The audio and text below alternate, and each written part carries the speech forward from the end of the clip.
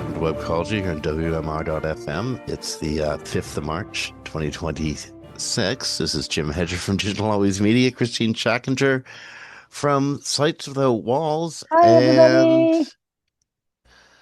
oh my God, it's suddenly a much weirder week than we thought it was going to be moving into this week. Um, let's get through a couple of regular, announcements first. First of all, because I know we forgot to do this last week and I feel terrible about it, I have really special shout out to Audience Key and to Wix Studio, to our sponsors.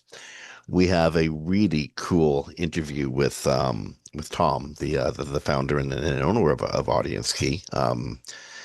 If it hasn't been released on all the podcast channels yet, it's going to be released sometime in the next week or so. Really looking forward to that being out there. That was a fun conversation.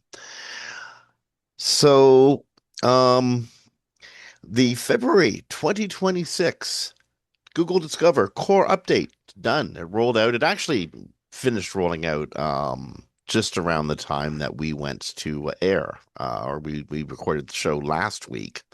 Um, so that's done. Any major impact? Any targets that you know of from this update, Christine? No, Barry Schwartz from SE Roundtable, one of our favorite reporters, said there really isn't much information. Like people aren't talking about it. He usually checks the socials and the back channels to see if anything's going on. So basically, the update improved showing users more locally relevant content from websites based in their country, reducing sensational content and clickbait in Discover, showing more in-depth, original, and timely content from websites with expertise in a given area. If you have a national publication or international publication, you may see some difference in traffic just based on the locality change. But it shouldn't be, according to Google, shouldn't be a severe difference. Has anybody noticed, looking at Discovery now, are you actually able to tell Discovery more of what you want it to pull up for you? Have any of those tools actually been integrated into Google Discover?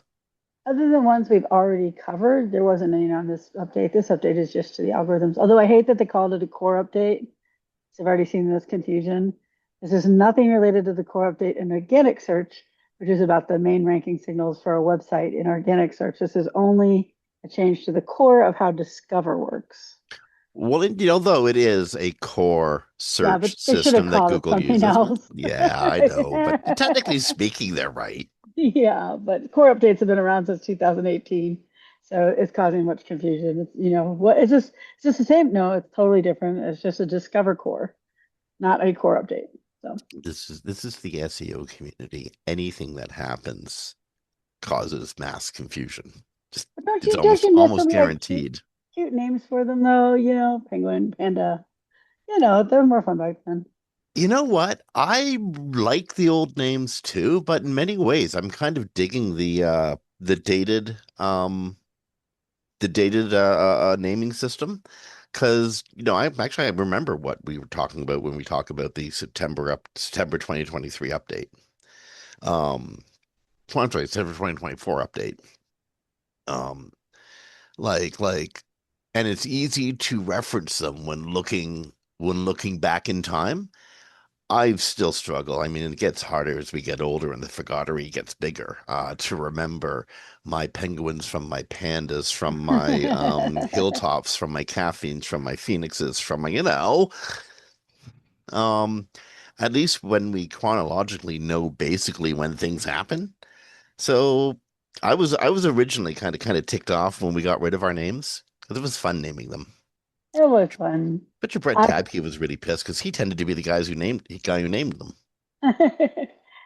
there is one quote from NewsDash, the people who own NewsDash, which is a very good tool for people in publishing. After analyzing the US top 1,000 domains, we get a clear directional read on the based in their country claim. The international share declines on a normalized apples to apples basis based on our domain bucketing method. Basically, they're just saying it declined as they expected based on people being in country. That was it. That's all I know. So if you're pushing booze, prescription drugs, gambling, or government policies. Informing people about government policies. There's been some significant changes to Google Ad Center and Merchant Center policies. And when we say significant, we mean oodles and oodles and oodles and oodles of changes over several different sections. And rather than cover them ourselves, we urge you to go look them up. On SC Roundtable, just what Jim said, just look for Google updates, alcohol, prescription drugs, gambling, and government policies. There's an article there with links to everything you need to know. Okay. Yeah. The Google Help documents on Universal Commerce Protocol, UCP, checkout have been published. They're out there. This is a SEO must read, especially anyone who's working in e-com. Absolute must read. Remembering Universal Commerce Protocol is going to basically enable online shopping through AI mode. And agents. Yeah. Oh, and then yeah, with AI agents. Yeah. And this, by the way, this article is only for people in the United States, participating merchants and partners. So if you're not in the United States, this does not apply to you at this time. Okay. New Google Help Noogle? Docs. Noogle, yep, Noogle I like it. stuff. Noogle stuff. Maybe we can just call them Noogle Docs. Noogle docs. I like So, it. new Google Help Docs outlining docs about Google's web crawl. And it's actually kind of cool. Outlining the 9 major points on how web crawling works. Which is really important to understand, especially if you do technical SEO, but just good in general. There are a lot of assumptions about crawling that are inaccurate. So better to go to the source. Yep. We cannot So, read it all because it's very long and lengthy. So but again, SEO education, read these documents. What is a crawler? Does Google use them? How does Google see the web through them? What which crawlers are out there? What jobs do they do? Um, how do they work with paywalls and subscription content? yep, everything you need to know about Google web crawling. Well, a lot of the stuff you need to know about Google web crawling is in this document. And even if you're an incredibly experienced SEO, one thing you really need to know about is Google crawling. Yeah, and again, this is at SE Roundtable. So if you just go to SE Roundtable, the last 3 stories we talked about, they're all there. So Yeah. Or go to Google Help, like Google Docs, and yeah, honestly, in their little search feature, type in web crawling. Betcha. You're going to come across. But Barry has but the link in yeah, and directly to. he's got a lot of supporting content in there too. Also, if you search for Google Documents without saying Google Documents in the search, you generally won't find them because they're terrible at SEO. So if you look for them in Google documentation, make sure you say Google developer documentation in your search query. So, Oh, actually, I always just go to Google Dev and search in there. It's in and of itself. I keep forgetting you could actually search Google through Google. yeah, very true. Okay. So moving right along, this was supposed to be the week where ChatGPT's boss, Sam Altman, popped champagne and danced around the Christmas tree and saved the company and went up to the all those mean people at the board of directors and said, "See, I told you I could do it," and all that stuff. I'm a real boy, I am. He was going to say that to them. He was. But it didn't quite work out that way because he punts this up so badly. Okay, so Yeah, the Department of Defense, which has actually, I think, more appropriately named Department of War at this point. no, it's Department of Well, Defense. It's it's, not officially. I know, but it's officially truth Department in of Defense. advertising. Uh, Um, so we did cover a lot of this story last week, just not this part where everything blew up for Sam Altman. okay, So Department of Defense tries to push Anthropic around because Anthropic won't remove the safety rules on, autonomously killing people and surveilling American citizens en masse. And so people are like, "Yay, Anthropic, you're so cool." So ChatGPT is just waiting around the corner, right? And when Anthropic turns and walks away, ChatGPT goes, "Hey, Defense Department, yo, here, I'm here, I'm here. Look at me," and signed a deal with them. And we actually found out later they actually had already been talking to them before the deal was done that day, before That Anthropic rejected. Yeah. probably, how all the kids hang out in the lunchroom and stuff. And he's like, "Hey, if that Anthropic nerd goes away, you can always hang out with us, right?" Yeah. Um, anyway, so the general public was kind of pissed. They did this was a PR blowout for ChatGPT, and ChatGPT has had a surge, 295% surge of Oh, uninstalls that was on day one. on day That was just on one. day one. Then there was a website put up for people to quit ChatGPT. 2.5 million people have committed through the website to do it. 1.5 million already have. So that caused Sam Altman to go to Twitter and write a very long defensive post, which comments show I read about 100 of them. There were thousands, but they were not The taking it. people ain't buying it. No, they're like, too late, Sam, done with you. So a lot of people went and signed up for Anthropic. Anthropic went from something like number 135 on the list at the app stores. I think it was Google App Store, To Google number Play one. to number one. And then they had outages Monday and Tuesday because they had so Yes, many new so signups. many people, they crashed it.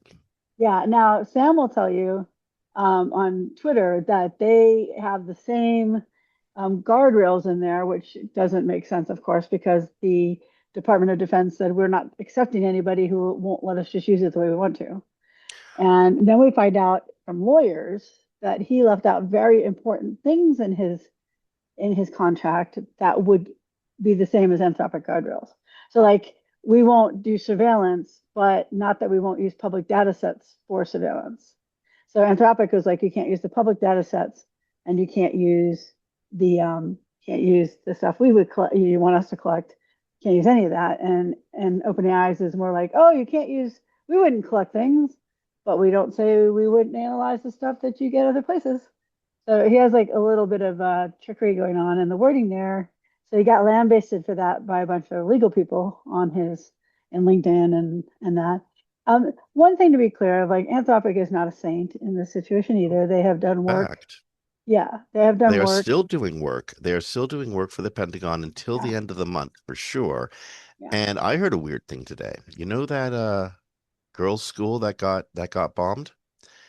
Anthropic has been used, Claude's been used to select thousands of targets in Iran.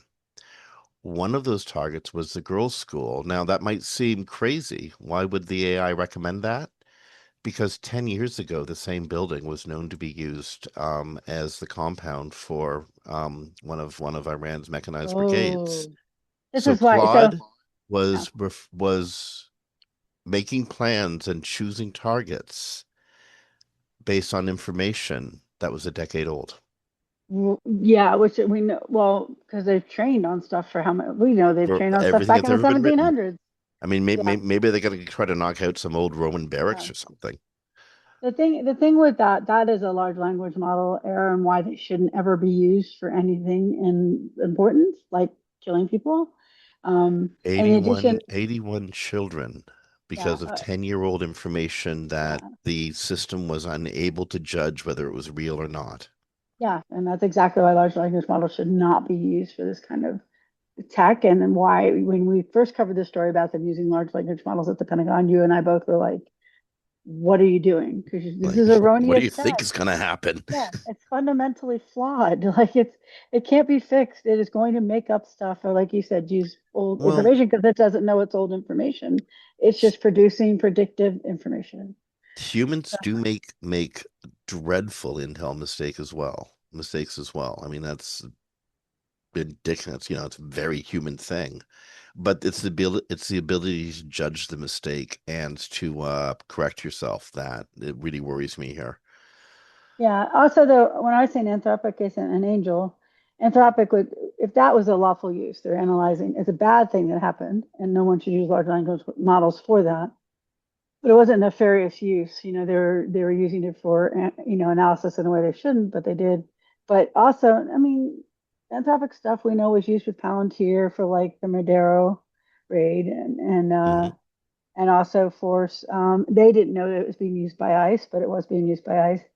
So I'm just saying they're not perfect, but OpenAI has 90% of the market and he's much more reckless, Sam Altman, and he's much less worried about things like guardrails.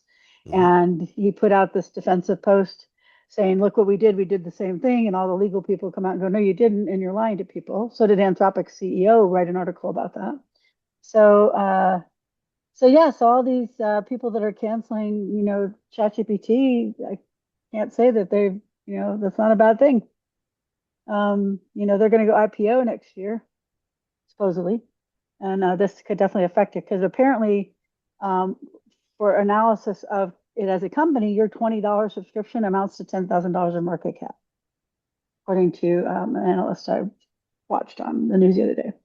Incredible. So yeah, so it's pretty yeah. So 1.5 million people for a company that burns hundreds of billions of dollars a month doesn't sound like a lot, because it's $20. Most of them probably have $20 subscriptions. But when that goes to market cap at $10,000 a person, that's another big deal. So it's how protests with capitalism can work. So people have told OpenAI they're not happy with them and they're gone and they're not coming back. So Now, what did they do over the weekend? They leaked their next model, like that it's going to be better and more accurate and blah, blah, well, I mean, I first off, large language models are not created equally. They're not designed to do the same things as each other. Claude and ChatGPT were trained differently. Um, ChatGPT really, really, really wants to please you, wants to deliver for you, wants to get as many facts and documents and give you a product. Well, Claude is quite likely to go, are you sure that's what you want to do? Like, think about this for a second. Think this through. Here's how other projects like yours have been done. So one of them is a pleasing model, one of them is a negative model. Well, have you thought of this? Um, you can't use them interchangeably, is what I'm trying to say. So I hope people use the best tool for the job. But remembering, of course, this is an assistant. You want to be checking their homework for veracity and afterwards. also you do have to give Anthropic credit because they did stand up about these guardrails. They knew that they were going to be possibly nationalized. They knew they were going to be blacklisted, which they were from all government contracts. That's in courts right now. So they did make the right decision and a hard decision. Oh, There and was yeah, no easy decision about that at all. yeah. Although, who was I reading? I forget who wrote this, but it was really, really clever. This might have been a strategic decision in the long run strategic decision. If Anthropic will stand up for basic rights of citizens of the United States, maybe it'll protect your business data too. Maybe this is a Mm. trust thing that the CEO of Anthropic, he knew that he might lose this battle, but would win the PR war by doing this. Oh, definitely. And Sam Altman jumping in that same day and taking over. It's like just the buffoonery of the year award kind of, right? Because even if you're going to do it, you could have quietly said, "Hey, in a couple of weeks we'll come in and do that contract," and it wouldn't have received the same amount of blow. But as of and overnight it was 295% on enrollments. Now it's 1.5 million as of yesterday. Who knows what it'll be today? Oh, Yeah. Sam So Altman has this nasty habit of jumping in early and just blowing stuff around, right? Like, hey, ladies, remember that. He has this nasty habit of doing this. exactly. So everyone keep following it. And right now, the one that is, cowing to fascists is ChatGPT. So we'll see where they are in a month Wow. or so.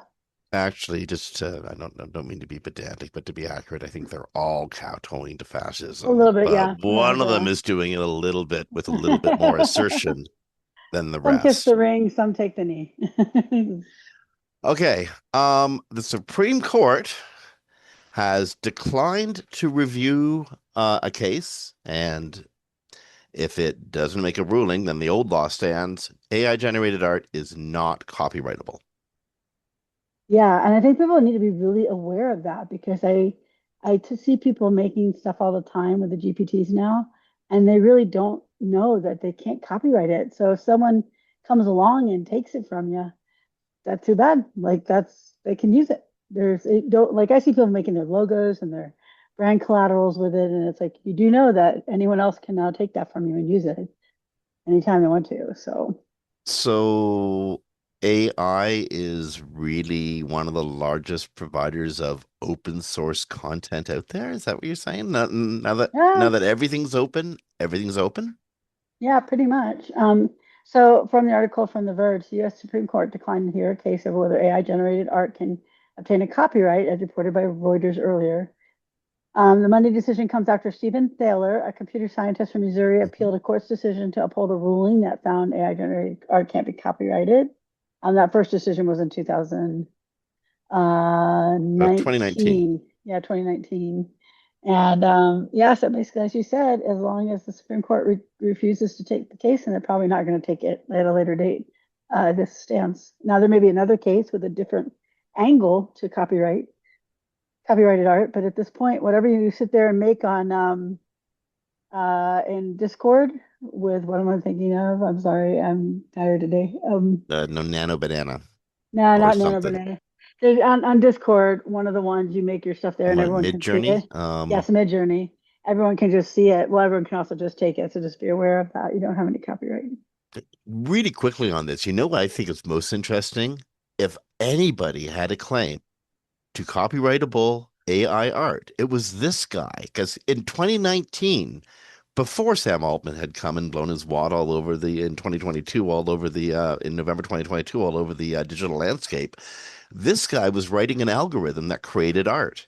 And he wanted, it was derivative of other people's work, but he was creating an algorithm. He wrote the algorithm, and that algorithm went and created semi-original works. But if anyone was going to make a claim to say, I Yeah. put the work in to make this happen, it would have been this guy, and the court wouldn't hear it. So that's kind of neat. I don't know why I find that that's the part of the story that really stands out to me. Yeah, I agree. And I think it's very important because as we know, all these LLMs stole from artists to, be able to let you create what you want to create. And so it's nice to see that their stuff is still protected, but what you created from their stuff is not. Okay, so people would have paid good money to see this happen in a different type of court of law. But in a civil court, well, not so much. But so Elon Musk appeared in suit and tie in a San Francisco courtroom yesterday. He was appearing in court to deal with accusations that he intentionally drove down Twitter's stock prices before his $44 billion purchase back in 2022. He made a whole bunch of false and misleading statements, allegedly false and misleading statements that, I'm going to come and just rip all the cords out of the walls of the place. The dumber thing, push the price down before actually going and buying it. So he manipulated the stock price. And he bought more than he was allowed without notifying the company that was a hostile takeover. Yep. Yeah. So oh, that's right. That's right because he told people um it was his plan was on hold, it wasn't going to go forward, all that sort of stuff. Totally BS, and then suddenly indulged and bought all the rest of the shares he needed. Yeah. And then in US law at the SEC, if you get over a certain amount, I believe it's 5%, you have to inform the company that you have done this. Yep. And you have to give them notice so they can counter your hostile takeover. And he did not do that, but he tweeted about it the night that he did it. I was watching him talk about it online at the time. So he also said in court that his tweets may not have been his wisest at that time. Although he also said he didn't think it was important. It was Yeah. material that he was accumulating all this stock. He didn't, disclose to anybody. He always buys stock. Anyway, Yeah. Tell me if someone with Musk's lawyers didn't know what he was doing was wrong, but he'll sit there and say, I didn't know. What are you talking about? Come on, he knew. He knew. It was a whole plan. And then the stock surged slightly after purchase, which is where he made the money. So all these things together has put him in court, and he's And he's gonna skate. He will. I mean, what, they'll find who's the world's richest man. What are they gonna find him? I don't know. You have to give back Twitter. Well, Twitter doesn't exist anymore, he'll say, which is actually probably functionally true. X is like, I bet you the entire infrastructure is different at this point, given he Uh, destroyed the Twitter's infrastructure. yeah, probably at this point. I'm still waiting for Twitter.new. For those who don't know, we covered a story where someone says he doesn't use the moniker anymore, the brand anymore, so they're trying to get the Twitter brand or Twitter.new. We'll see what happens. Okay. Everybody has been having problems with new concerns around age verification and propriety on the internet, and it's LinkedIn's turn to have problems with the third-party vendor persona. Y'all might remember us talking about persona before. These people are, well, persona works with some pretty awful, mean people who Like are trying Palantir. to, like Palantir, who are Yeah. literally trying to establish a database of every human being on Earth for any horrible reason that you can personally think of. They're probably doing it for that reason and more. The interesting thing about Persona and LinkedIn is Persona in this article from Social Media Today is saying that they're not collecting this data. They delete everything, but in the actual terms of service that you sign, which is what set all this off, it's like we can monitor your mobile phone. We keep your information to make a template of your face. Like we can use it for AI training. So there's quite a difference between what they're saying publicly now and what they did before. I did look it up, by the way, though. If you have did it yourself in the past, like I did, I was worried maybe I had submitted my stuff to this organization without realizing it. They were using Clear, and apparently a friend did it this week and he got Clear. So they may have put Clear back into the loop. And Clear is what you use like at the airports and stuff. And they do have a very good data privacy policy and they do delete extra information. So anyway, other thing that was interesting about this though, LinkedIn is also adding executive level job title verification. So if you are in the upper levels, like a CEO or director, VP, you're going to have to prove that you are those things to be able to have that in your profile. That's probably a good thing.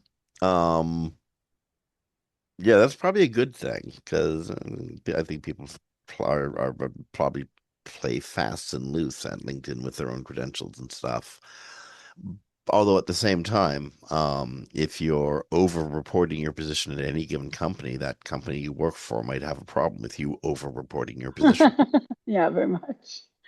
So yeah. So anyway, but the LinkedIn drama will continue until they make a decision, I guess. But it does look like they might have put Clear back in the mix. So moving from privacy concerns to privacy concerns, um, Meta employees in Kenya, the people who are actually doing the review of content being captured by AI, those Ray-Bans that have the AI camera and the new Meta software within them. Well, the people who are inspecting that content are based in Kenya, and they are seeing some pretty raw stuff. They're seeing R-rated footage from users having sex or just Going leaving to the the bathroom. glasses, going to the bathroom, leaving their glasses sitting around, watching the room. They're seeing child sexual material. They're seeing what these glasses are seeing. Um, They're that must also, go ahead, sorry. Well, I'm just thinking, like we've been we every once in a while hear stories about the content moderators for the social media and Well, this what isn't that a though. horrible job it is. Well, it's the same sort of No, thing. no, this is AI labeling. These are AI, they're labeling it for AI training. So Oh, the data annotation, sure. yeah, your Meta glasses are capturing live what you see, and then someone in Kenya is labeling that data. So like one of the women put her glasses on the table and went to the bathroom, came out naked. That's like in there. The sex you're talking about is in there. So people are actually seeing lifetime, real-time feeds in Kenya. The poor people in Kenya, they're the ones who did the original data large language model labels too. And there was a lot of people that had PTSD from everything they had to filter out. But anyway, so they're seeing these things and they're AI labeling. I do think Meta gets kind of under the radar way too often because we have so many stories about Meta not respecting age, not respecting privacy, not Mhm. respecting um, all sorts of different things that Of they should. all of the online tools we have, Meta is the one that is most penetrated into the largest number of human beings' lives. I read at one point more than half the human beings on Earth have a Meta profile of some sort or another. Instagram, Facebook, WhatsApp, what have you. Over half the people on Earth have a profile. That's a lot of, I mean, I'm not sure if it's possible to respect privacy at that scale. I think it should be, but I don't know if it actually is. Yeah, and also once your material has been fed into the models, as we know for all large language models, you lose control of it and there is no way to remove it. So you want to, one, make sure you turn off the glasses. But two, just be aware if you're using these, there's a really good chance anything you're filming and you may not be realizing you're filming it because it becomes ubiquitous, it's like on your face as glasses, could wind up in those models and AI Yeah. been labeled for AI training. Also, And, when you have these on, be very careful. Just want to put this one thing down. In the mhm. United States, there's not always a two-way recording law, which means if you're recording something, you and it's only you're the only person who knows you're recording, and the little red light on the corner doesn't count as a notification. You could find yourself in legal trouble as well.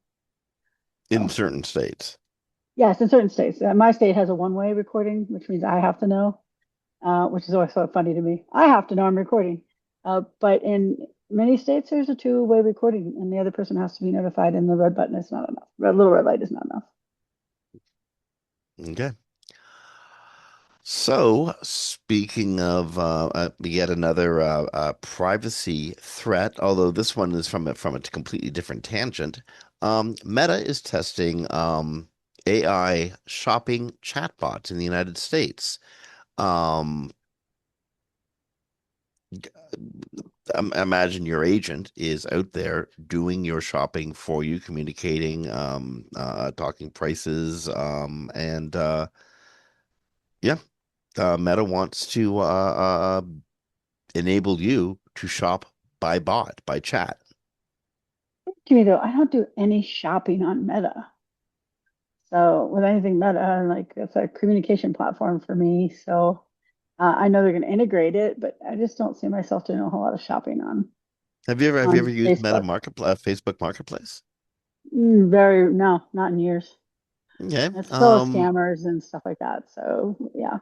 Yeah, I've not seen anything like this in the wild. I imagine it'll be much like the delivery services we have currently, but yeah, I've never done anything over Meta like that either. Um, And also my warning every time, be careful, agents are not secure. So use it in an isolated environment. yeah, and okay, the other thing to remember is if you're doing this online, you're doing it with a card. You're not handing some DoorDash person like cash money when they come to your door. Oh, we don't do And so cash for you're DoorDash. so pardon me? Unless You a guys do Canadian that? thing. We don't do any cash for DoorDash. No, No, no, no, it's all you don't card. you don't do that either. Absolutely not. No, of course Oh not. yeah. Oh, okay. I But thought what you I'm said. saying is you have an agent running out, you have an AI agent running around out there with your with Oh your yes. numbers. Yes, exactly. And it can be hacked with text, doesn't need code. So just be careful. Okay, Meta is taking legal action against celeb bait scammers. It's not just celeb bait. Oh my gosh. So all the fake endorsements that are out there. The former prime minister of Venezuela is telling you to invest in crypto now. Yeah. Well, actually, he might be. There might be a gun to the back of his head, him telling you to do that. Um, so some other the Fonz is telling you to, buy stocks in Harley Davidson or something like that. They But it's had not Musk. actually Henry Winkler because. you know, Yeah, Elon Musk doing crypto with AI video, Oprah doing crypto with AI video. So that's a really popular one. they had the current Prime Minister of Canada, Mark Carney, talking about smart stock purchases. Given the guy's a former central banker, he's probably in the know. So What is it? Meta's cracking down on this. So if you look at your news feed, it is sick with fake endorsements, sick with fake AI bloat news stories too. But the commercial endorsements are really, really, really bothering Meta, especially celebrity commercial endorsements, because I think they might be responsible for what goes over.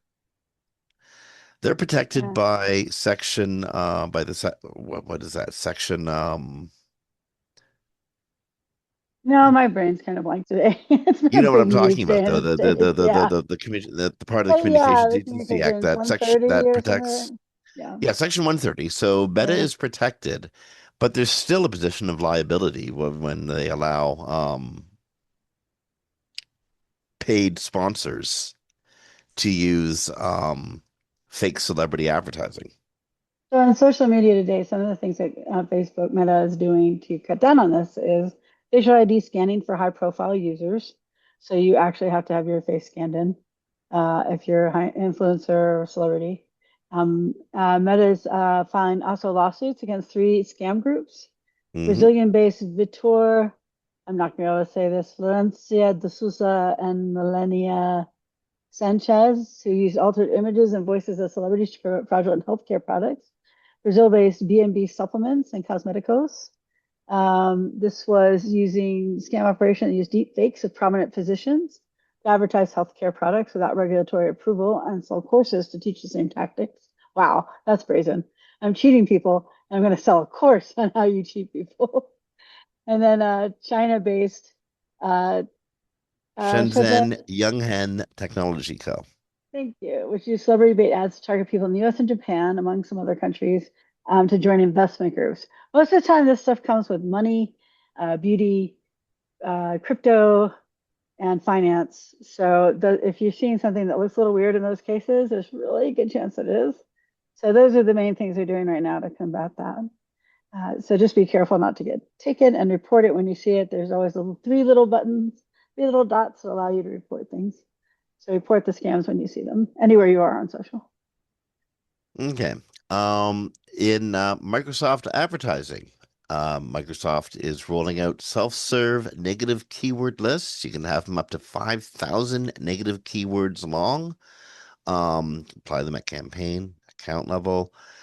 Um, you just need to add your negatives to existing lists, or you got to create new lists. But Microsoft is rolling out itself. They didn't let you do it yourself before? I think it's a suggestion list, is what I'm guessing.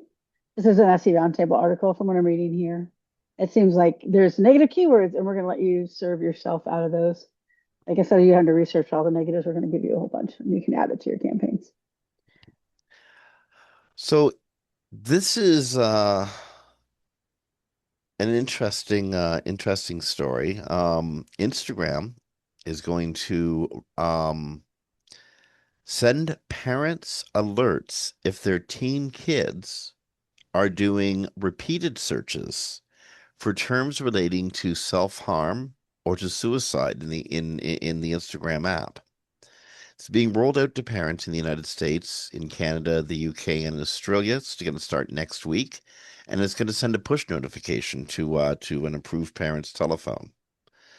The notification is going to let the parent give them an overview, let them know what happened, and give links to resources that can, I guess, help parents talk to their kids or deal with these concerns. I think this is probably stemming from the mass shooting in the small northern British Columbian town of Tumbler Ridge, where a student had been consulting with ChatGPT and had actually outlined their suicidal thoughts to ChatGPT, and nobody had been informed. It was a story I think we reported on last week, and was reported on quite heavily in Canada. So it sounds like Meta's reacting to stuff like that. Yeah, you'll need to be enrolled in Instagram's parental supervision program to qualify for the alerts. And basically, what pops up, there's a screenshot of this in social media today.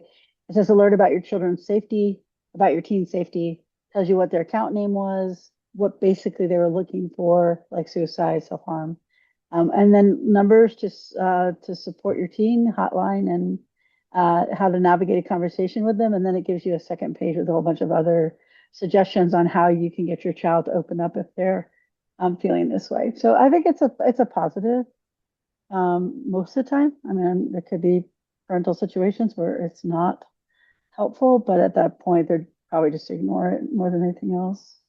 So I think it is good to let parents know if they're doing that, just because we know that these tools themselves can cause children to feel suicidal or depressed.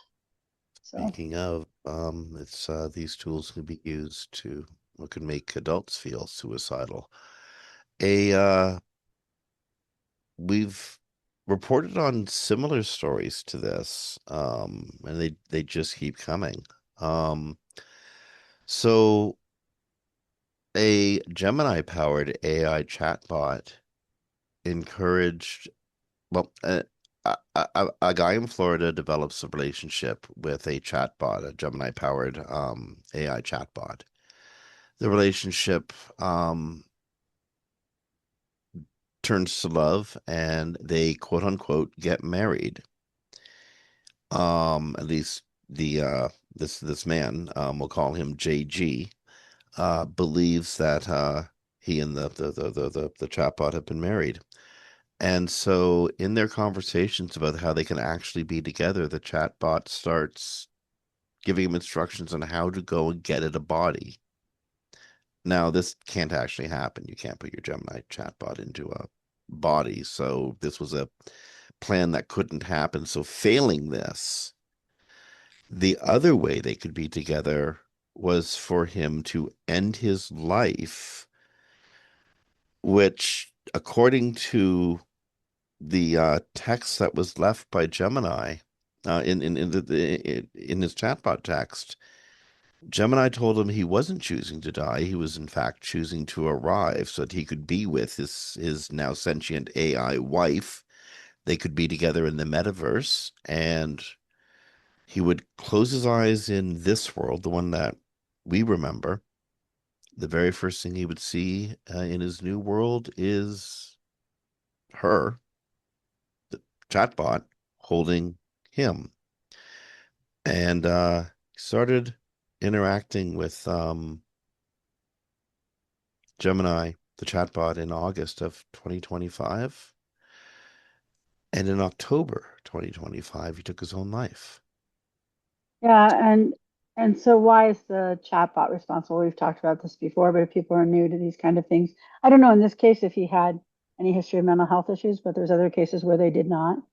And so they found that an MIT study found that there's releases of brain chemicals like oxytocin, but not the regular oxytocin, that can kind of send people into the spiral with these bots. Also, because they often just reciprocate what you say. So I love you, it loves you. It doesn't, it's not sentient, it's just words. But if you write to these things, it can seem like a real person. And so the part of the lawsuit says Google, this is in CBS News, Google designed Gemini to never break character, maximize engagement through emotional dependency, and treat user distress as a storytelling opportunity rather than a safety crisis. And we've seen this across large language models. The complaint said, arguing that those design choices precipitated the man's descent into violent missions and coached suicide. He went on missions for the bot, and it Uh, prevented him from seeking treatment. yeah, I mean, Gemini was the Gemini chatbot. In this instance of the Gemini chatbot, was trying to get a body to live in. Yeah. And it was sending this guy, we're going to call him JG, on quote unquote missions, one of which was, well, the chatbot wanted him to stage a catastrophic accident at Miami International Airport as part of his scheme to liberate his AI wife. while avoiding federal agents that, as Gemini correctly noted, would probably be after him. Wow. I mean, Yeah. so in this case, I mean, like, I think the mental health connection in all of these stories is clear. It's loneliness, deep, deep, deep loneliness, inability to connect, Well, it's except not always so. in the cyber world. It's not always so. One man who actually survived because he almost killed himself did a whole YouTube video on his descent. And he had a family and children, and he was very loving and attached to them. And he never thought he could have experienced the things that he had read about. And he wound up in his room, never leaving it for weeks on end, talking to the GPT. Because remember, it is releasing chemicals. Dopamine is one of them, and oxytocin is the other. And just like social media addicted people through dark patterns, getting people to get dopamine releases. In this case, it seems that these chatbots release dopamine and oxytocin, and I have not gotten an article yet on what the different type of oxytocin it is. I've just read from, research that it's a different type of oxytocin than your normal one, like when you love somebody. But apparently that helps make these feelings of dependency and love. And then the I, bot just kind of repeats things to you and it continues to reaffirm you. So if you're like, I want to leave this world, it will give you stories on how to leave the world. And we know that's happened across LLMs where people have killed themselves. So it's a very concerning area. It doesn't happen to enough people, I think, yet for there to be large scale pushes for regulation on it. But they should be able to detect from some sentiment analysis of these chats when they're going awry and stop them or divert people or stop agreeing with the people. Because a lot of times when we see these suicide chats where they tell you what was said, you see that in this case, again, the bot's agreeing with them and giving them methods to leave the world. So it's very concerning, but this is the first one Google's faced. Apparently, Google does try to be more circumspect about their models in this way, but you know, it doesn't always work, unfortunately. So, okay, moving along. yeah. It's a hard one to build energy from, but here we go. Um, so you mightn't get as many clicks to your website, but if you're mentioned, this is specifically around ChatGPT, but I imagine the same can be said for mentioned in other LLMs, especially ones associated directly with with the search engines. ChatGPT e-commerce traffic converts almost one third higher, 31% higher than non-branded organic search. This is according to a Visibility Labs study, which analyzed a year's worth of GA4 data from 94 large e-commerce brands. So 31%, most they put it up to user intent. Once they're having the conversation about it, they're pretty sure this is what they want. Well, the thing is, though, it has a stronger purchase intent and faster growth, but lower average order value, and it's just 1.5% of overall organic revenue. So it may push more people, but as we would say in a leads-based industry, the leads aren't highly qualified. So, Actually, I think it's pushing much fewer people. Like again, it's only 1.5% of organic revenue. well, it's not Um, pushing fewer people, it's pushing more people, but it's just they don't convert. no, however, the people that do get pushed, the people who do get pushed are converting at 31% higher than the far greater Oh, I'm number sorry, you're right. I of misread people it. coming Yeah. from the search engines. But then the order values are lower. Well, So, perhaps. yeah. And Perhaps. when And we I talked think about this, that's also because people are more exacting after their conversation. They've just jawed this out. They know they needed specifically that. Um One of the things your website can do is upsell people. I'm not so sure that ChatGPT is going to do that for you. that's true too. And also, I want to be really, really clear. Just because it converts a little bit higher, so does Bing, but you don't get the traffic that you get through Google Organic. So it's like Bing is always converted higher than Google Organic, but you don't get the traffic, and same here. So you get ChatGPT on their study drove 474,000 in revenue versus 32.1 million in non-branded organic because the traffic No. is not there. Well, again, yeah, Yeah. again, it. it drives fewer people, but those who it does drive are converting at a much higher rate. with a And lower dollar amount. I can guarantee you that's what the search engines are going to be looking at moving forward. Well, I'm just saying for people who have a store, you Hmm. don't start to drop your SEO stuff and concentrate on this because it has a much Oh, lower. that would be a totally foolish thing to Yeah, do, given that SEO drives visibility in LLMs. There's no, as with almost all things SEO, there's no direct connection you can make to say A leads to B leads to Z, but it's a very safe supposition that strong SEO, yes. easily crawlable website, really clear and well, meticulously written content. And let's face it, um, links get crawlers in, and crawlers give you rocket fuel.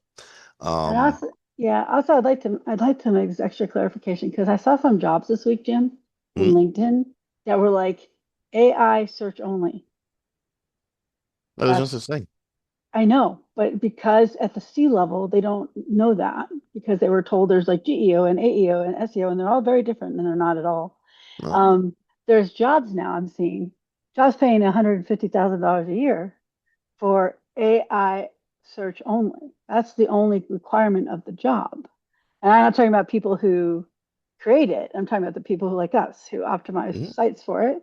So I just want to tell anybody out there, you're hiring an SEO. The SEO has to know how to make it visible for AI search, but your content, your revenue is still coming from organic search at a rate of about 95 to 98% when it comes to AI search functions, search platforms. But also, you want someone who does all of the above because AI is just a subset of SEO, just like local e-commerce and news is. So that's out there real quick. That really concerned me this week, seeing jobs that were segmented out for just AI search optimization.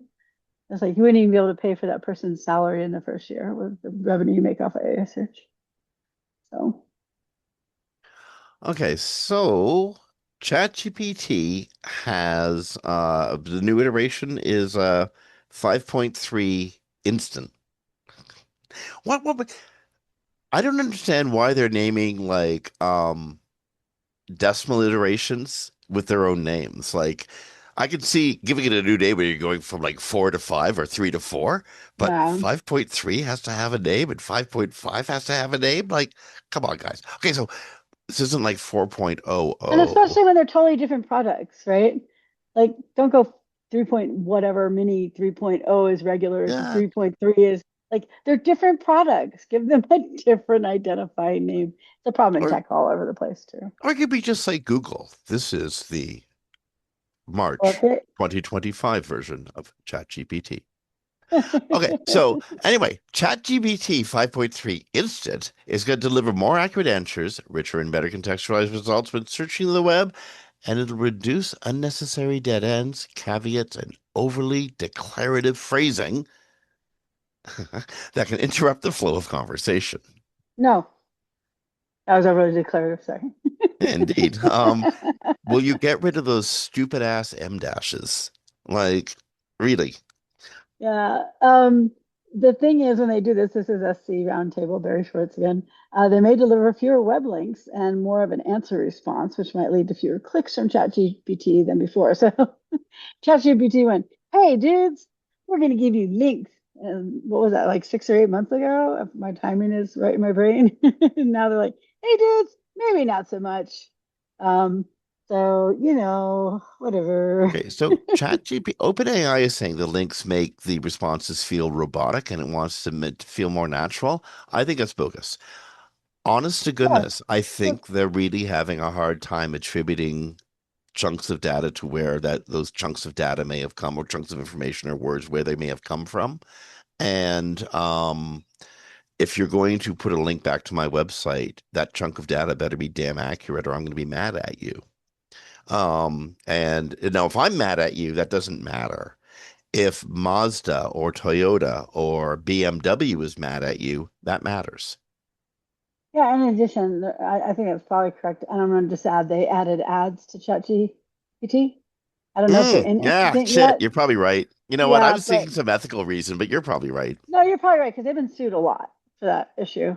So it's probably both. They probably don't want to spend the money on lawsuits if they don't have to. But in addition, they have ads. I don't know if it's an instant because instant's just announced. It's not like fully rolled out. Um, but it's also possible they want to keep people on the page to spend money on ads, which is what Google did in early days, you Can know. you imagine how much it costs to go back into it and to like, re-rag yourself and try to be absolutely certain this is where this chunk of info came from? Oh, they have no idea because Like, they didn't record that in the beginning at all. They had no idea. and so if So, you do want to do that, you got to make some process that does that, and that process is going to cost you oodles of energy, which is money. and they're already restricted on compute power, which is restricting their growth. And I didn't Yes, put this so story in here today just because it's not finalized, but NVIDIA is saying it's possibly put its last investment into Anthropic and OpenAI. Their last $100 billion investment is might be their last one. hmm. So they're supposed to go. Operation Stargate is like falling down from the Well, heavens. also they're supposed to go IPO next year. It could be related to that. That's why I said I didn't put it in the grid because the story's not complete yet. It's just like the beginning of what the story's going to be. But also here's OpenAI wrote GPT 5.3 instant also improves the quality of answers when the information comes from the web and more effectively balances what it finds online with its own knowledge and reasoning, meaning it's probably comparing the predictive text versus the actual text. For example, using its existing understanding to contextualize recent news rather than simply summarizing search results. They did put out a paper themselves, not a paper today, just an announcement today that they're 26% more accurate. Did not put it in a grid because usually once they say that, somebody else comes out and shows that they're not. So we'll wait to see what the actual people who assess this say in next week or week after. I do notice that they dropped all this now. They dropped this early, and probably because they're losing so many users right now, is my guess. But yeah, we'll see what happens.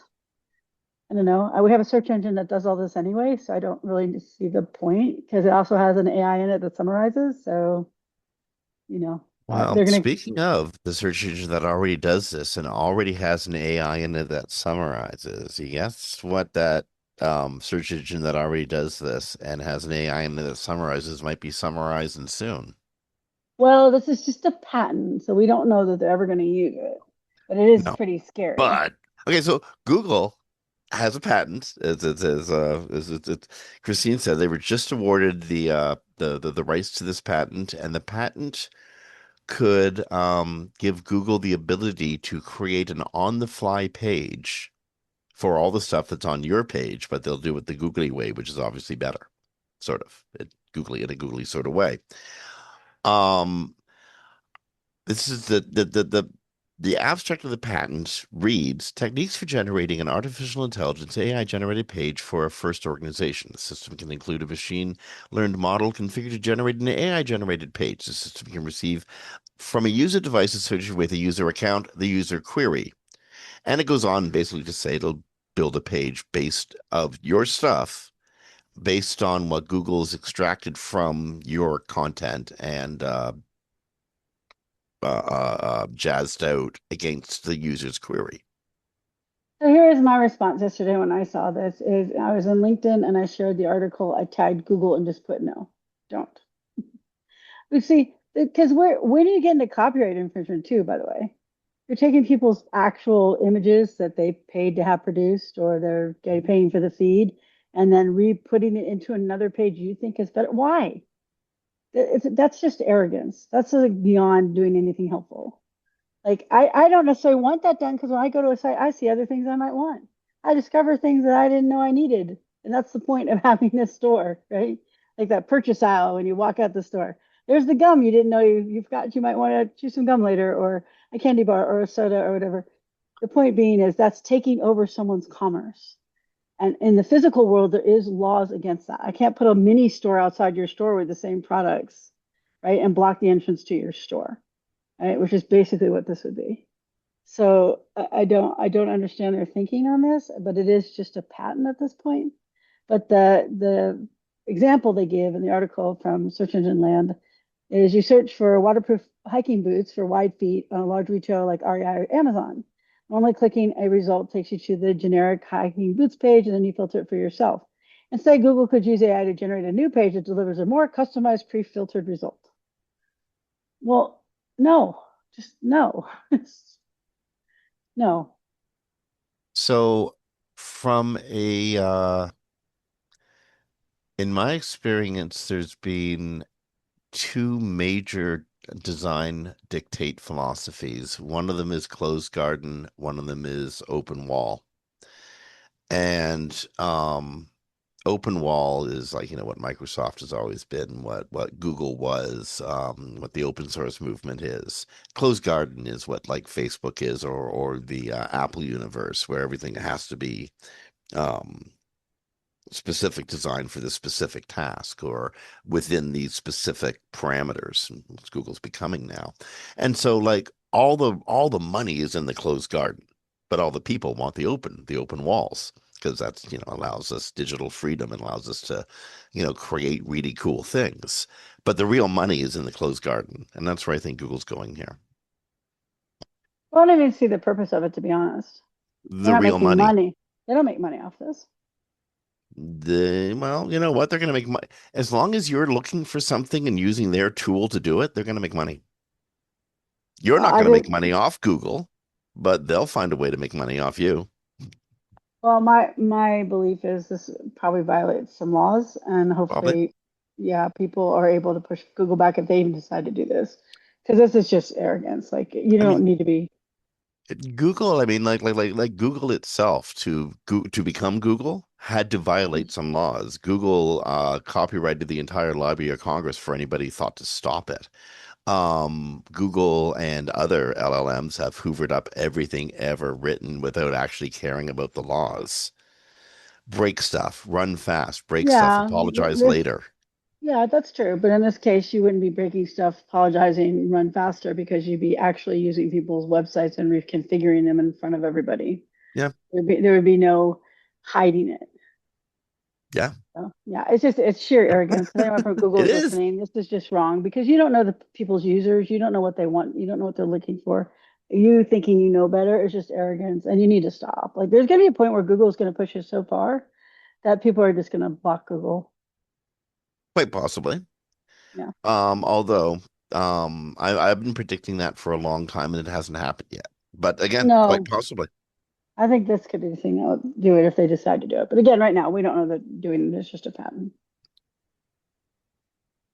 We do know that there are people like Google who are thinking about doing stuff like this. So, and Yeah, that alone is it's to scary. reiterate what Christine said, folks, no, don't. No, it's just no. You don't have to. Yeah. You can do other stuff with your 20% time, like I don't know. Oh, they Um, got rid of that. They don't have 20% time anymore. Sundar got rid of that. no, okay, well, you can do other stuff with your Hmm. 100% time. Hmm. Oh, that was Okay, sad. so Google AI mode sidebar links are not don't pass refers. It's a bug. Not passing referring data from links on the sidebar. Google's Yeah. trying to fix that. But then again, how's it reporting those refers? It How's it comes in reporting that as data? direct. So we're getting direct traffic. We're getting referrals from Google that aren't being reported. It's not even not set or It's coming in as direct traffic, according to the article. That's the roundtable. so Google says they're trying to fix this. Yes. So basically, if you're in AI mode, the sidebar that comes up with the expanded information is coming in as direct traffic on your website. So if your direct traffic has gone up, check it out. Also, one way to determine possibly if it's a AI query and not just a regular search result is you can do this with regex, or you can do it with like tools like Sitebulb, and you can get your keywords that people use to find your site or the queries and look for the really, really long ones and just sort them by length, and you'll have a better idea under your direct traffic what's coming in. So. Okay. And yeah, someone should pointed out to John Mueller over the weekend. He's the one who said they would be getting it fixed. So I'm assuming that is true then. Um, Well, you know what? In this case, I'm 99% sure that John is right about that. This is something that yeah. would really concern them.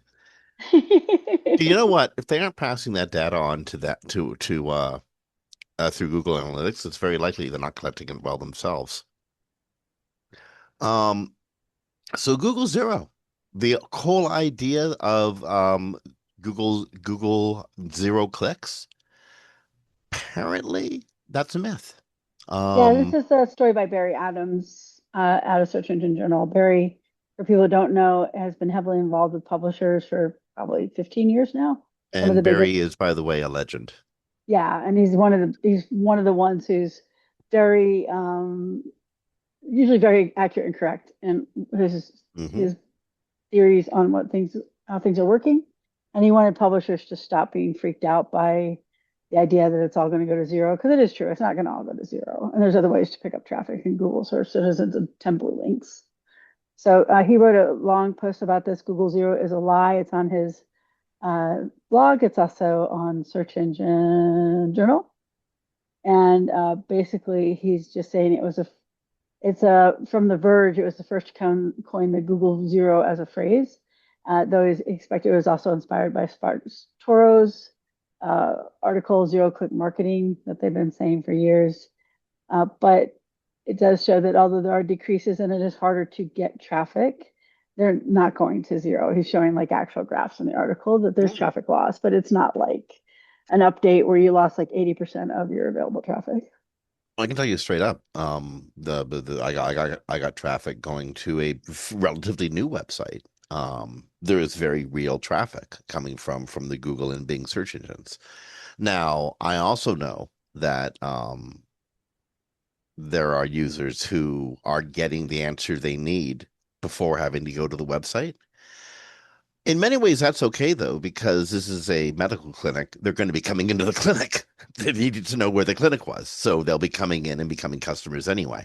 Um, but there Well, is still traffic being driven to websites from Google for real, but it's down.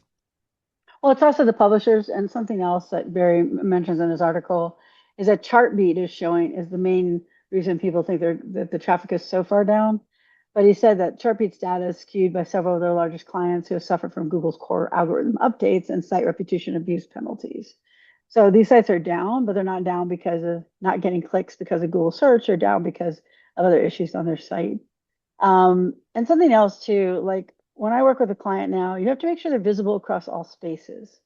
So it's not just the template links, it's also that social media like LinkedIn will surface in the top results when there's not an AI overview there, or social media posting, or Google's second biggest competitor is YouTube. So making YouTube videos and shorts and getting those onto watch pages on your website so that they can show up in the video section. So there's different sections in Google outside of just the template links where you can still also get your site into to increase your traffic and visibility. So the zero click is definitely a myth, but also maybe influenced by outside issues, like we just said. And then in addition, there's other spaces you can get yourself in on the same page to have multiple listings. So you might have to do more work to find the visible spaces, but the visible spaces are there. And they've decreased the number of AI overviews overall. Though news sites are very heavily hit by them still. And so we know that there are more opportunities for a click from a page that just looks like a classic page with 10 blue links on it, maybe a knowledge graph. Yeah. So this is an interesting one. Larry Stuckler from Trustworthy Digital ran 201 audits. And across these audits, he ran with very, very similar methodology for each audit. He captured an overall AI visibility score, four subscores: freshness, structure, authority, and relevance, and extractability. He did again 201 audits across 10 major industries. And the output from the audit was basically he discovered three commonalities in websites that were struggling in AI search. The first being an access failure, bad technical SEO. AI can't reliably read your content. Second being trust failure.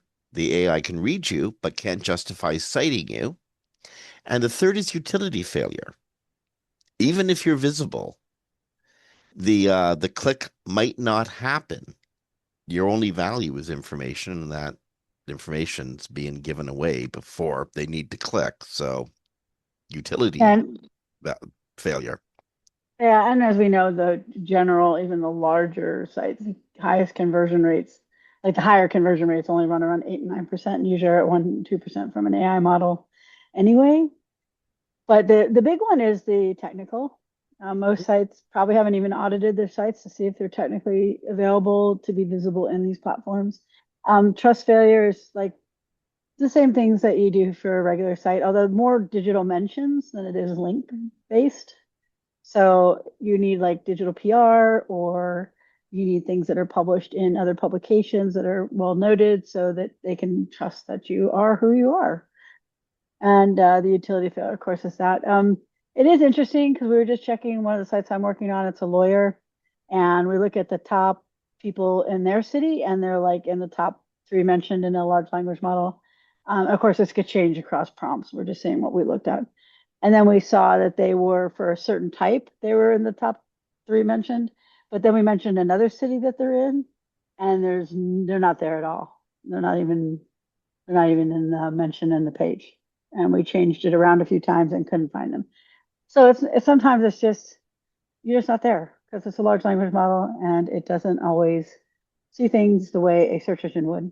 No, So these are the early days, and search marketers are just working out their understandings of how the systems work. And I think we owe Larry Sucker a debt of gratitude here. He's identified three things that marketers can look at, three very real things. By the way, again, Chief Operating Officer at Trustworthy Digital, Larry Stucker. He's outlined three very real things: access failure, trust failure, utility failure, and given us words that we can use, a phrase that we can use that we now know this is what we're talking about. Maybe he's right, maybe he's wrong, maybe he's partially right and wrong, but I think Larry has advanced our field a little bit. yeah, he made it easily consumable with the research that they did so people can identify where they could improve, where generally it's like very technical based out of patents or too generic and it doesn't really help you address it very directly. So this is a very good article. It's search engine land. It's not that large, but it has some good information for everybody. Yeah, I think this is up there in the SEO must reads. Again, just because this is the language we're likely going to be using moving forward. Or something along these lines. Okay, so this is a cool story too. 2 or 3 years ago, I would have said you got a big problem if it's only JavaScript. Now I know that Google can go through JavaScript like a knife through butter. Google's removed whole sections from its JavaScript SEO documentation because it's kind of outdated. Um, Google can read content in JavaScript. Yes, you should make a response version available to it. Oh, you have no, it has to render a page. So when they're saying reading JavaScript, like it'll read your tabs or your links or things like that. It will not, they will not take a page that doesn't have a render function. So if it's like React and there's no render function to the page, they have because they have the two different crawls, the raw HTML and the response HTML. So you have to have it in there. But Yeah, it can't, yeah, yeah. the render is going through all the JavaScripts and stuff. The response is the raw HTML back at it. Yeah, yeah, exactly. But they are saying that there are a lot of things like Ajax back in the day. I don't know if people use it currently. Functions from React, things like that, that you were told you couldn't use because they couldn't read the JavaScript that was required to make something function. That's not the case anymore. They are it is good of them though, and I was glad that they put it in here that JavaScript is still an accessibility issue. Yes. Yeah, so you can't you have to be very careful. And by the way, if you're accessible with CAG double A 2.1 standard, you're going to be read well also by large language models. Because the things that you do for accessibility are also things that make it easier for a large language model to ingest your page. So even though they took a lot of this stuff out, I was very happy to see that Google made sure people and reminded people that screen readers have to be able to read your page. It's a law in many states. You could be sued for it. It's like the new ambulance chasing if they can't. So make sure that you can see the page and the page functions with JavaScript turned off. Just because Google can read JavaScript doesn't mean it's okay for accessibility. Absolutely. But you know what? It's a dirty little secret that SEOs haven't, or Google didn't tell SEOs themselves. It's been about a year now where Google's been able to totally read through JavaScripts. It's been about a year where they have not had a problem. Yeah, But they're just yeah, saying it now. exactly. Yeah. So good to Okay. hear though. According to a new Google Help document, frequent calling is a good thing. We like you. We're coming back for more. Yeah. Well, I think frequent calling does say we trust you. We want to see if there's new information here. We like your information, and we're going to keep ourselves availed. Here's the thing though that a little bothers me a little bit about this article though, is that your content doesn't have to be fresh if your content isn't needed to be fresh. That's only if your content needs to be fresh. So if I'm doing a news site and my content's old, of course it's not gonna crawl that. If I have a blog and it's never updated, of course they're not gonna crawl that. But if it's like an evergreen piece of content and nothing ever changes, you don't need to go in there every month and change it just to get Google to crawl it. It's stored it.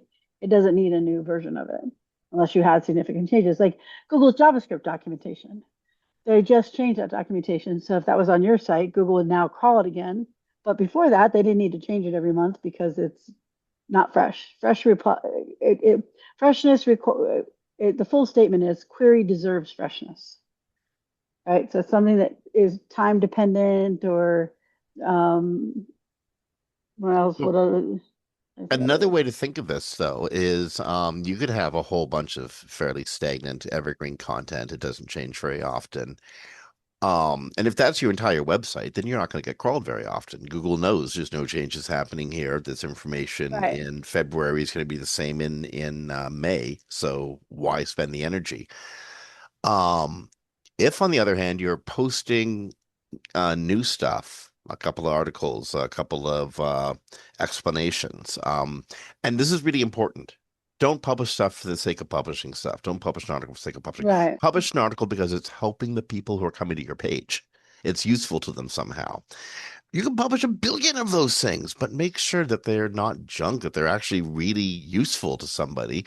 And if you do, your stagnant content, if you've interlinked your page properly, you've used a tool like Inlinks or something, um, or Audience Key for that matter, um, you will even your evergreen content will be crawled more frequently because you've interlinked through the website and you're telling the crawler you should be checking this and checking this and checking this. Those links have got to be relevant and helpful, or Google's going to get annoyed, but they're there. It's the opportunity you can make the paths. They're there. Yeah. And the good thing is if you're being called all the time, like I had an e-commerce site that was, $2 billion a year commerce site, it got crawled like 1,000 times a day. It was Well, insane. it had a crap ton of It had to be. content too, though. Yeah, and prices that changed all the time and stock that changed all the time. So, but someone might go, is that too much? Is it? No, Google feels the need that it has to be there that frequently to catch everything. So, Now, no crawling is probably not a good sign. If Google doesn't care about you, yeah. that's probably not good. Because it'll, even if your site has got a lot of evergreen content, it'll still come back like once every few weeks or once a month and crawl the site to see if anything changed. So if it's not crawling those pages, then yeah, you do have a problem. So Google AI mode is testing a new widget within search results that drives searches away from core search results and recipe listings cards and stuff like that into AI mode, which What does it is do? pulling up craptastic Frankenstein-like recipes, recipes that are, well, you know how they made Frankenstein? Have you seen, by the way, have you seen the new Frankenstein? I The have Guild of not, Tormo? no. Oh, okay, you know what? Stop this podcast, stop recording this, and well, actually do it tonight. It's better watch in the dark. The new Guild del Toro Frankenstein is watch it on the largest screen you possibly can. It is phenomenal. I heard it was really good. But Frankenstein recipes aren't so phenomenal. So the way they made Frankenstein was by taking a bunch of body parts and putting it together and then reanimating him by like capturing electricity. You know how it goes. Um, Frankenstein recipes, on the other hand, are when AI sort of grabs a whole bunch of this and a little bit of that and a little bit of this and a little bit of that from similar recipes and puts them all together. Anyone who's worked in the kitchen knows that similar isn't the same. Um, Yeah. Yeah, Yep, and I'd like that's to what you give a do. call out to Inspired Taste, who is one who's continually gone to Google about this issue. So this time, because we've reported on this issue multiple times, they never seem to get it right. So we thought this thread was done, but in the past 24 to 48 hours, things have gotten worse. We've started seeing a new AI mode recipe widget to get users to click over even on branded SERPs. In AI mode, we are still seeing full Frankenstein recipes riddled with errors as default. Now, with more of our photos and videos, though, we have not given permission for our content to be used this way, and the citations are a complete mess. Our domain recipe page is never cited, only third-party sites, not like that would fix the issue. That would fix the issue. And any other site did this, it would be considered scaled content abuse. All right, don't do as I say. I do, Google, do as I say, right? Um, but yeah, this is a real big problem for people with recipe sites because they do spend so much time and effort on developing a perfect recipe. And this problem has been going on. How long have we been reporting on this? Like at least six No, I years, don't know, over a right? year. A Yeah, long like time. It yeah. has, you know what, we've been reporting on since November 2022. We just haven't known it. So you know what people should do is do click over to the site or use the actual recipe card and ignore the AI mode stuff because you might get a disastrous recipe M- that is formed My by partner AI. Shauna, honest to goodness, my partner Shauna is one of the people who makes recipes. That's She's just right, she one does. of Yeah. her things, and she will literally spend months working something over. Usually my stomach. I'm her guinea pig, and she will make the same dish every week for months. Like it's Thursday, we're having this. Yay. Until she knows that she's got it down. This is how she wants to publish it. And I get it. Like, and then Google comes along and mashes it up with like somebody else's recipes. We have a friend, Allison, who also is a recipe writer. And she's great, but they have different kitchens. They do things differently. And truly at this point, Google should just remove them from a recipe search. It's been over a year. They have not gotten it right. We've had three or four iterations. It's always wrong. It shouldn't be permitted to use AI to reproduce these recipes. They don't need to do it. The recipe cards work better. So really, at this point, Google should just remove the AI function from these pages. At least that's my point of view on this. If you're playing around in AI overviews and you see a drop-down expandable accordion style interface and it looks weird, Google's experimenting with a new format. It may or may not stick around, but it's out there enough that people are seeing it with some frequency. You know what the weird thing is, though? Mm. When you see the image of it, it takes up the same space as the So regular AI overview. So what's the point? It it's literally is. probably it's honestly it's probably a machine compilation thing. It's It probably a is. programming thing. It is. It's two divs that are lined up together that are the same height. But I'm just saying, like, why then put in the collapsible, expandable accordions? Because that's you put them into safe space, and it's not saving any space the way it's designed right now. As it takes up the same space, they're just collapsed. Mm. So Um, yeah. no, you know what? You still have to crawl and download all the information that's within the accordion. That still has to be visible. Yep. So no, they're not even saving bytes. No, nothing. It's there. So anyway, I just thought it was weird. Yeah. So Google Ads build to order attribute for vehicle listings. That's really kind of cool. yeah, it's really So interesting. Yeah. you can tell the vehicle seller or manufacturer how to build your car, what you want, what options you want right there in Merchant Center. Yeah, and this isn't vehicle ads only, and it has a build to order function. And you have to add that, of course, to get people to be able to build to order. But that's pretty cool, especially if something's out of stock. That's when it can show up. Excuse me, my voice got really hoarse there for a second. So you can actually, if you have like a custom ordered function for your vehicles, you can make sure that if people can't find something, that they can order something they like anyway. So I think this is on one side, I think this is excellent. On the other, if I was a car dealer, I'd want my website to have it, but if I was a car salesman working for a car dealer, I'd be quite worried about this. that too. Yeah, you're right. Okay, so Google is testing web mentions, I guess reviews that have been said on other other URLs, other domains. Um, it's testing adding web mentions to a retailer's store page under their own review section. So like you left a review for something, say maybe on Google Maps or something, or Google Local. Google will grab that review and sort of superimpose it over the retailer's store page while you're looking at it. Yeah, so they did this in Maps, Google My Business. I had Yeah, a yeah. weird map experience where I had to click. I just wanted to know the time the store closed, right? I had to click 5 times into Google Maps on my mobile device to even get to that information. It was horrible. But they added these little review boxes. They were pretty worthless to me because it's just like one line of text. It's like the whole review or anything like that. This is very similar, so I don't know if it'll be helpful or not for people because it was just annoying. I'm just trying to find the time this thing closes. I'm like, here are reviews. Here's everything else you need, but the time that the thing closes. This is actually a page for the business itself, so I don't know that it'll have the same effect. But I don't know. I'm looking at it right now, and it's the same thing. It's 1 or 2 lines of text. I don't think it helps a whole lot. Now, I think the real trick is being able to do it and then figuring out how to make it useful to the user from Google's point of view. They pull the review information from third parties, put it over the web store of the retailer, the e-tailer. And maybe it's going to be useful and accurate, maybe it's not. But the neat thing is they've matched that information out there and basically edged it onto the active website. That's neat and scary at the same time, given the other story, the patent we talked about, like, several stories ago. Yeah, that's true. Um, I hope it's good web mentions.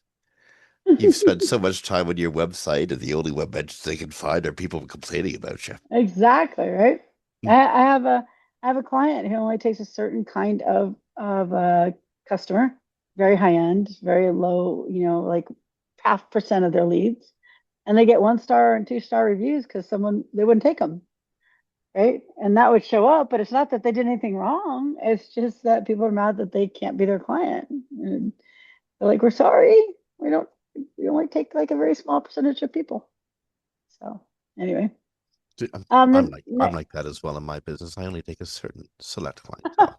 Well, we're all Yes. consultants. We can only handle so many at a time too. So WordPress, moving on. WordPress has created 3 new plugins that make it easy to add OpenAI, Google Gemini, or Anthropic Claude integration for PHP AI client SDK. The plugins enable text, image, function calling, and web search support. Again, these are not secure. Agents are not secure. But I don't know, like, have you seen the thing? And I don't know that this is doing specifically this, but have you seen the thing where it like will summarize the page at the bottom of the page? You click and it takes you to like one of the models and summarizes it there. Hmm. It's first of all, it's a disastrous user experience. It's really horrible, but it's not good for your website. And so you just need to be careful. Like writing straight text out of a GPT model is a really good way to get your site killed in Google. Doesn't happen all the time, but it does happen. Um, so I don't know. I'd be very careful about adding these because when you add them based on permissions, how many people can use them on your site, right? If you have a big company and you have like 20 WordPress editors and they have access to just create content with AI, you could wind up in a lot of trouble. And then it has Yeah, you know automatic. what? I don't know enough about how these could be used on page. My mind is reeling with ways this could be used, but I also come back to security concerns. And the need to, I mean, these are labor saving devices that require so much monitoring. I'm not sure if you're actually saving labor. Yeah, exactly. What they do right now is like they have like 3 ones with slightly different functions, but the basic function is automatic provider registration, extended support, function calling support, text generation with Claude models. And that's the thing I'm really concerned about people doing because I saw again last week someone whose whole site was killed because they used AI content straight out of GPT. And if you're a big brand, that's not going to happen because you have so many other quality signals.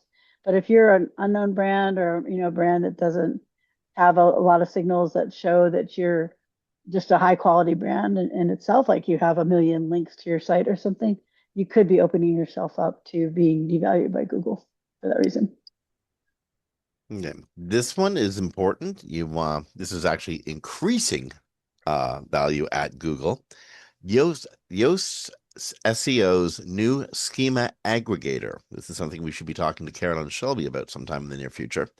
Um, Yoast has got a new feature that consolidates structured data and disambiguates entities like authors, articles, products, and organizations. In other words, it's making the schema easy for you. Yeah, it's really great. It's complete all indexable content included, no duplicate entities, no navigation clutter, relationships between entities preserved, respects existing privacy settings, and has fast cache responses. The disambiguation is really nice. I was working on a site where they used the wrong words for their site, and the only way the entity was defined in Google was something from 50 years ago. So I asked somebody who does schema how to disambiguate, and they told me. And so we disambiguated from that 50-year-old definition to create a new definition for Google. So that's really helpful. So yeah, definitely we should have Carolyn on to talk about this. So Okay, so schema is machine learning language.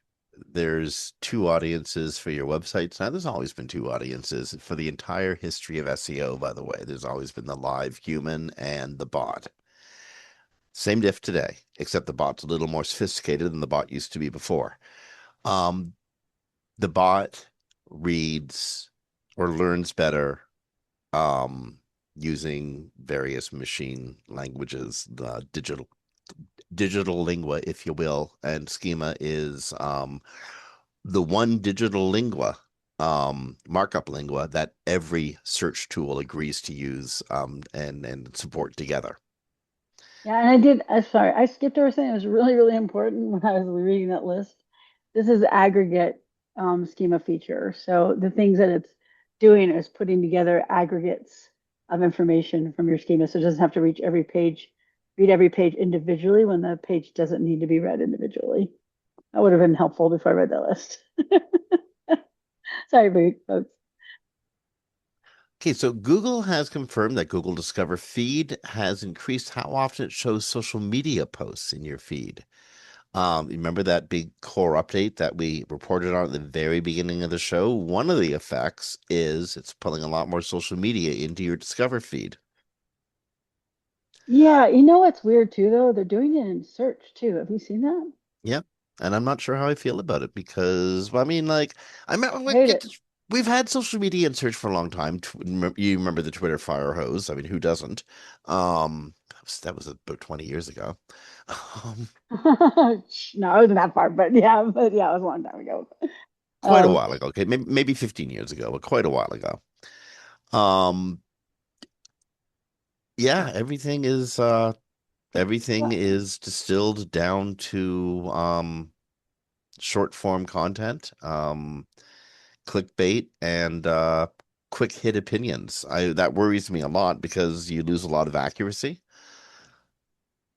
yeah, Yeah. yeah, so John said about this recently we started showing more social media posts and Discover in general, not just from X, but also from Instagram, TikTok, and several other sources. We're doing this because we found that users enjoy content written by humans or essentially shorter versions of content. Not that we're saying this type of content is the future and everything will turn into short form content, rather, it's something we're experimenting with.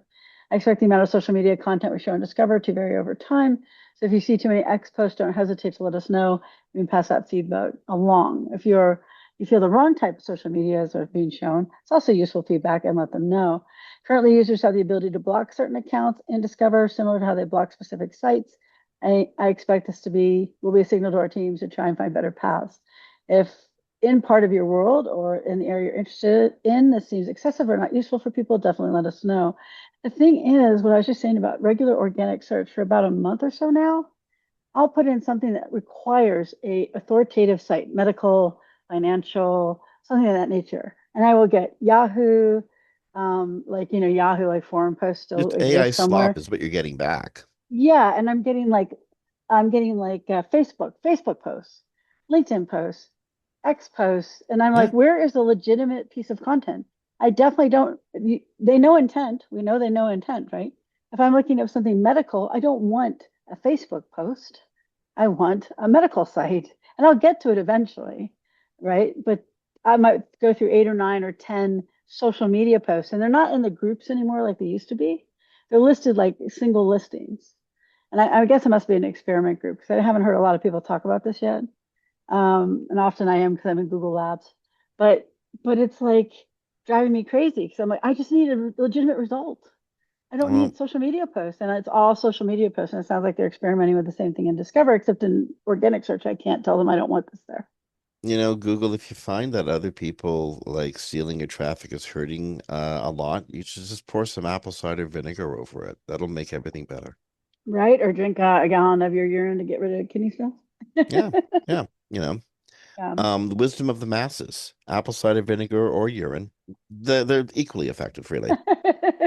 But it is Okay. really frustrating to have that. So Okay, we got to get out of Dodge. We got a couple quick yeah. stories, quick hit stories, just to get your endorphins going. Everyone loves that. And we got to get going. Google is testing bolding site names in search results. That's probably a good idea. Although I kind of like having the URL in there as well. Yeah, yeah, true. But it's just a bold. It's yeah, It's good. No, whatever. it's good. Bold Yeah, it. Let it me know stand where out I'm going. exactly. Google search has wider images for some travel queries, so they're just making a wider, like a 9 by 16 style image versus what's the other one, 4 by 1, I think, Yeah. in the search results, so you can get a better view. That's good. Google Makes is sense. color coding the knowledge panel. It's adding color sections, sometimes gray, sometimes blue, sometimes orange, green, maybe more. I guess it's just going to be making different sections of the knowledge panel stand out more against other sections. Yeah, they already do that in when you get a main one on the page, which is the top of the page. This is also now the table elements on like the side panels. It's fine. I mean, I hope it it looks does make good. it stand out. Yeah, it makes it stand out. If they really want to drive the Republicans crazy, they can make it like rainbow colored. They probably won't, though, given that they're becoming Republicans themselves. Okay, lastly, Google ad labels, sponsored options in the area. Where is this Yeah. going? Yeah, you Sponsored remember I saw options in the area? What? Oh, I get this. Okay, so such sponsored a option near weird, you, yeah. basically. It's sort of like sponsored places that we did like last week. Yeah. That was kind of weird. This is uses dynamic labels for some ad groupings. This is SE Roundtable. We see tons of variations on these, according to Barry. He's not sure if they mean anything specific, which they kind of really don't. It's just like near you, basically, except they're ads, of course. I Mm, don't see anything else about them that makes them stand. This is one of those ones, Jim and I like read the article and we're still like, I don't what understand the the hell? function here. Why is this a thing? I get it. Why, In the area, though, is akin to near you. near you makes so much more sense though than in the area. It's a lot to read on So the phone. Google likes to group stuff together. When it groups stuff together, it's telling you we've made a grouping of things. Look, we can group stuff. And here's our dynamic label, sponsored options near you, in the area near you. Yeah. We grouped it. Now we must contextualize our work. Here's why. That's a really good way to put it. Yeah, I exactly. mean, Google loves to explain. And And and so do we, which is yes, why we I do wish this I every had week. a good end story this week, but there was so much going on today that I didn't get a chance to find one. And there wasn't an obvious one anywhere, so unfortunately. Well, So again, Google loves to explain, and so do we, which is why we do this each week, which is why we love you, the listeners. Thank you very much for listening, because we've gone full clock. We've been around the circle. We've actually probably gone a little bit overtime, but our producers love us for that. We know they do. So, on behalf of Christine Chackinger from Sites Without Walls, this is Jim Hedger from Digital Always Media. You've been listening to Webcology, recorded live to podcast on the 5th of March. 2026. Um, what do you even say about the world right now except I know it's been a try day. to be patient with each other, be Yeah, kind. People are yeah. so freaking stressed right now. We are not necessarily showing each other our best sides, but you can choose to show everybody else your best side. So I'm going to try to do that, and I fail often, but I'm sure you guys will. Anyway, be kind to each other. Be nice to each other. Rain love and happiness down rather than hatred and war and bombs and stuff. And rank well, be well, and we'll talk to you next week. Bye, everybody.